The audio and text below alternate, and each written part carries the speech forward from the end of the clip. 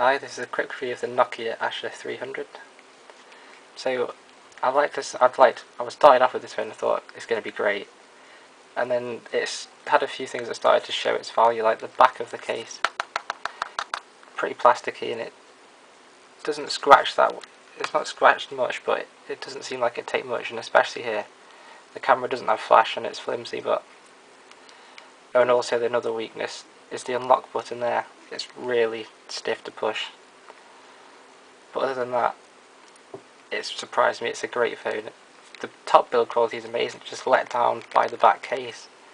I don't know why they couldn't have made it a bit stronger. Hopefully they will in future versions. So I'll just go around the case. So there's the micro USB 3.5mm headphone jack and the charging port. Around the back we've got the 5 megapixel camera and the speaker hole. And then on the front we've got a random hole there. I think that might be microphone, I'm not sure. And obviously the top speaker. So now once you've unlocked it, you go to the home screen, which, just let it focus. This is actually 3.5G. The battery life is great. This is the first time I've actually charged the phone up fully before using it.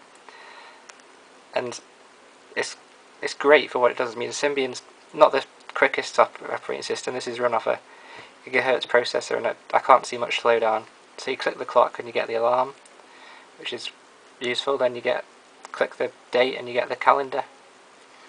Then also these little bars are all customizable. So at the moment it's got contacts that I just click on and it brings up various options. Then I've got pictures and various media buttons, and also the camera shortcut, which, speaking of that, is pretty good, although it is quite a pain to press the camera button there each time.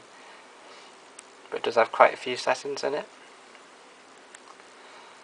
So you can change the quality back down if you're running out of space, because it's only got 128 MB space.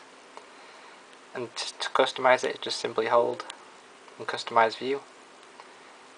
The capacitive screen does take a while to get used to, but it's actually great.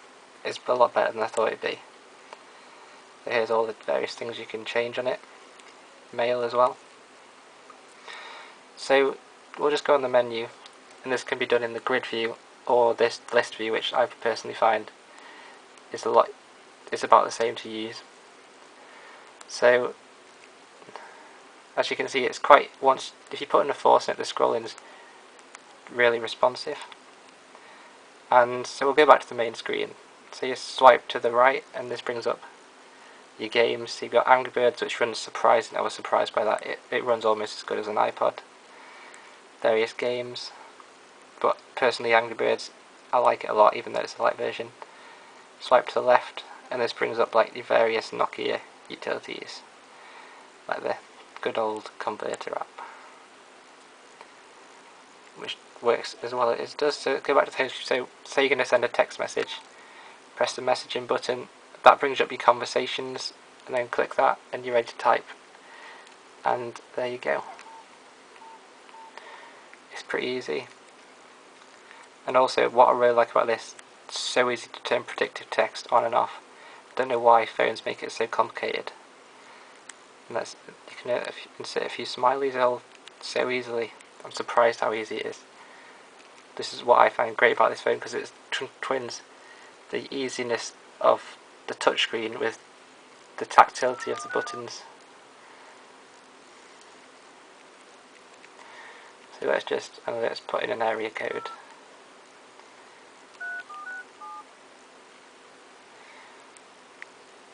There we are.